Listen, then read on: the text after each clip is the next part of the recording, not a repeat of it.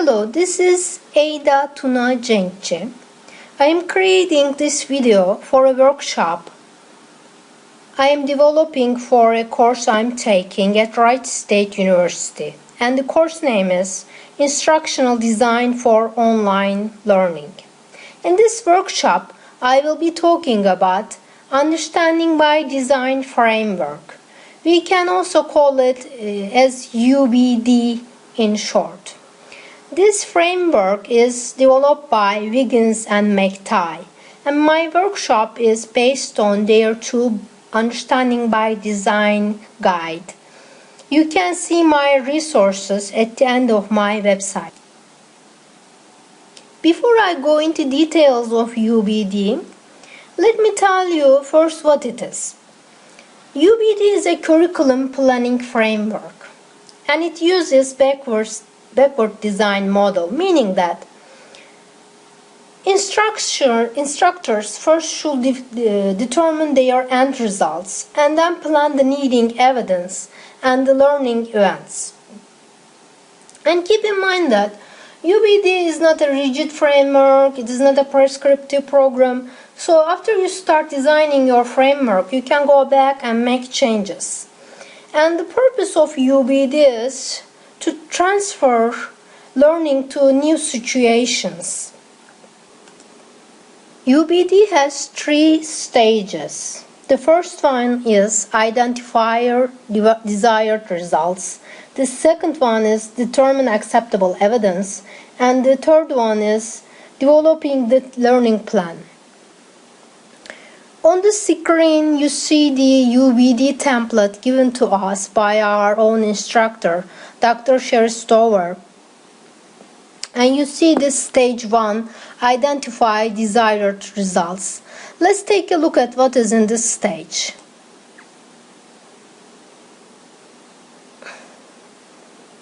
On the screen, first we see information about the course. For example, what is the course name, course time frame, meaning is this a semester course, is this a quarter level taught course, and then what is the textbook for the class. And then below it we see information about the unit. Unit means a part of your course you will be designing. Designing a whole course takes lots of time. So we go step by step, first designing units, and when you put them all together, you will have a design course altogether. We see things like unit title. This may be a week of your course, for example. A couple of chapters you will teach in a week, for example. And we see information about unit delivery. Is this a face-to-face class, online class, or hybrid class? We also information about course design. Why are you developing this course? Are you planning to teach it, or are you part of a team developing this course? And we see information such as level of expertise. Are you the feature instructor, subject matter expert, and similar. Now we see the next page on UbD templates.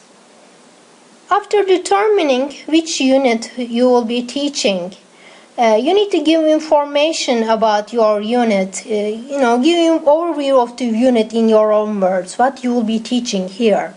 And make it very simple, so even someone who doesn't have knowledge about that unit can understand. Below that, we see content standards or competencies. This means what content standards, programs, related goals will this unit address.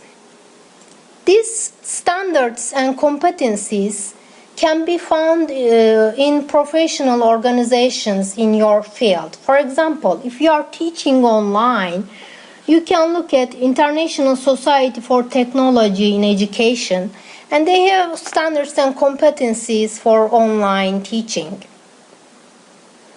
In some fields, it is hard to find these standards and competencies. For example, in leadership, the leadership competencies aimed for students It is not very well determined, and when there are competencies, they are very vague. So some fields it is harder to find this information, but you just need to dig in for that information. Keep in mind that we cannot tailor the standards and competencies according to the student needs. You can tailor how you will teach the class, you can tailor which assessments you will use, but these standards and competencies, we plan all students to learn it, so you can't modify this part. In UbD framework, there are three components of stage 1: transfer, meaning, and acquisition. On the screen, we see transfer. Transfer is the long-term goal of all education. We want students to truly learn, excel, and use the information they learned in other contexts. For example, if a student is taking Introduction to Leadership class, the information he or she learned should be transferable to other courses, for example, strategic management, or the student should be able to use that information outside of the classroom in real environment. So we aim for transfer in UbD. And on the screen, we also see competency codes box in transfer column. These are the standards and competencies we just determined. So we don't just determine standards and competencies and leave it there. No, we use these competencies and standards throughout developing our unit. On the next page, we see another component of stage 1, meaning. Meaning includes understandings and essential questions. Essential questions are ongoing and guiding questions teachers use in class. These questions facilitate student transfer to other environments and connect ideas, consider useful strategies when we face new challenges. Understandings, on the other hand, these are ideas, results from reflects one's own learning, such as important generalization or new insight. Below them, we see acquisition. UbD also aims for acquiring knowledge and skills for short term. Knowledge are factual information, vocabulary, basic concepts, and skills are discrete skills and processes students will learn. So in UbD, we don't ignore acquisition of student knowledge and skills. They are still important. On the next page, we see self-check for stage 1. This is very useful to check for students their own progress. They can do a self-assessment to determine, did I achieve what I supposed to achieve? And we see different items related with that. Did the student do what he or she was supposed to do? On the next page, we will see peer review for identified results. This is also useful for students to get feedback from their classmates. If you are not taking a course doing this UbD design by yourself, you can ask for an experienced colleague to take a look at your UbD template framework. At the end of each stage, there is this self-assessment page and peer review page. I will not be showing you each of them, but keep in mind there are these pages at the end of each stages. Now we came to stage 2, determining acceptable evidence. In this stage, teachers collect evidence of learning based on the goals that are determined in stage 1. In stage 2, we try to address this question: are all the desired results being appropriately assessed? On the next page, we see performance tasks. If a student truly understands something, the student can apply and explain in some performance. UbD recommends establishing authentic tasks for students. This would help them transfer their learning to other situations. And the learning will be more interesting for learners. On the table, by performance tasks, we see evaluative criteria. So after determining our performance tasks, we then think about how we will be assessing student performance for these assignments. Below performance tasks, we see other evidence. Other evidence tasks assess knowledge, skills, standards, and goals that are not assessed by other performance tasks.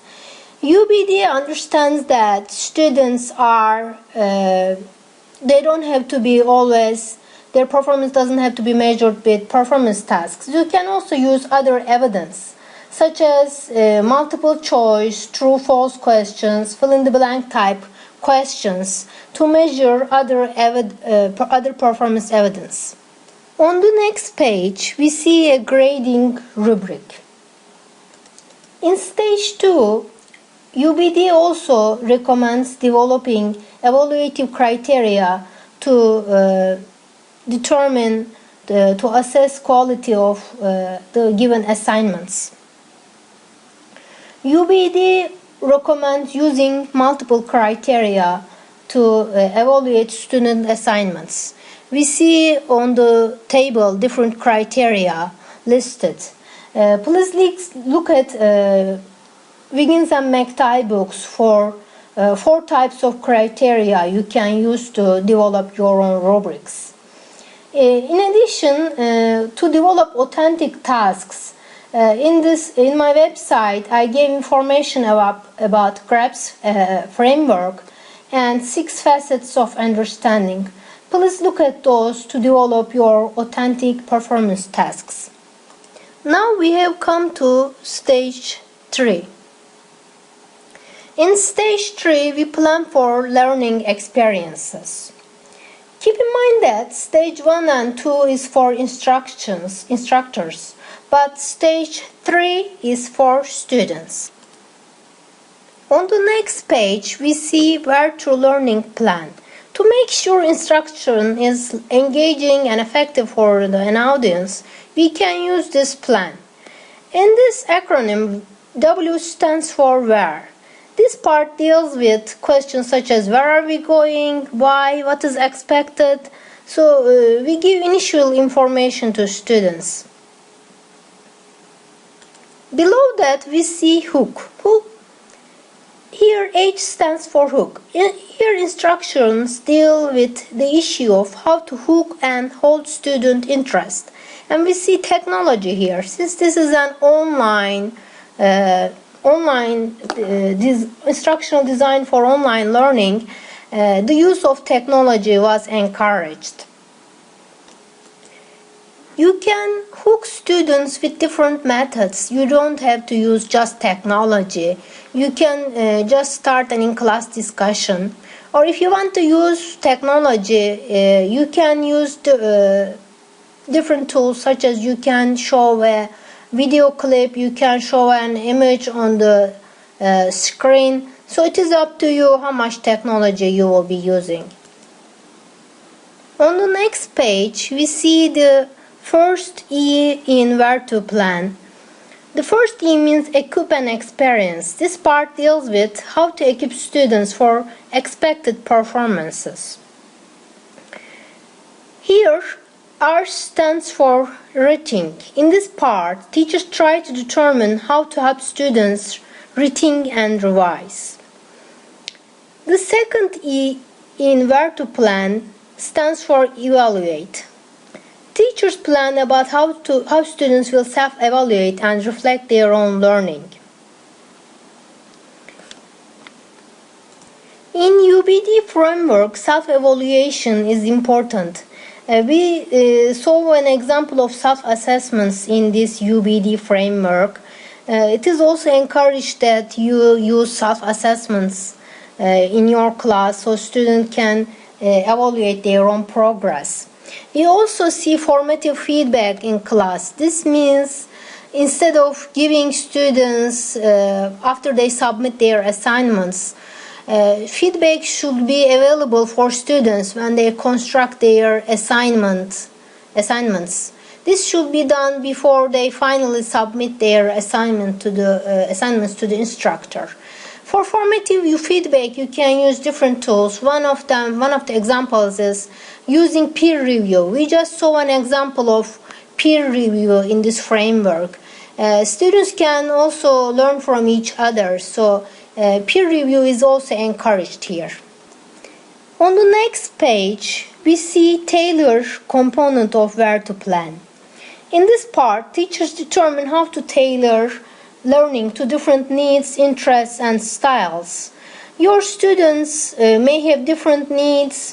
For example, when you teach for an older group of students, your learning probably will be different than teaching for a much younger group of students. So you need to tailor your teaching according to your audience. Below that, we see organize component of where to plan. In this part, teachers organize and sequence their learning. So in this part, teachers organize and sequence their teaching. We see on the screen organize with technology. Since this is an instructional design for online course, the organized part is done with technology, but you can also use other components. In short, where to plan can be used as a checklist for building and evaluating the final learning plan.